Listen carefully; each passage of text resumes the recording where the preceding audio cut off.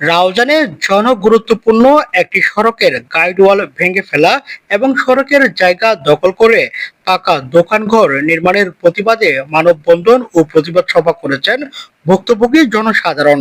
শুক্রবার 18 এপ্রিল রাউজান উপজেলার কদলপুর ইউনিয়নের 7 নম্বর ওয়ার্ডের সর্বস্তরের জনসাধারণ আয়োজিত এই মানববন্ধন ও প্রতিবাদ সভায় শতাধিক নারী পুরুষ অংশগ্রহণ করেন। সবার হাতে হাতে শোভা পায় এমন এক রাষ্ট্র চাই, ভূমিদস্যুমুক্ত জীবন চাই, রাস্তার দখলবাজি মানি না, মানব না লেখা সম্বলিত প্ল্যাকার্ড। বক্তব্য রাখেন মোহাম্মদ রাশেদ, মোহাম্মদ কামাল, জোবায়ের, কামরুল, আক্তার হোসেন, মোহাম্মদ ফরহাদ, রোকেয়া আক্তার, পারভিন আক্তার সহ আর অনেকে।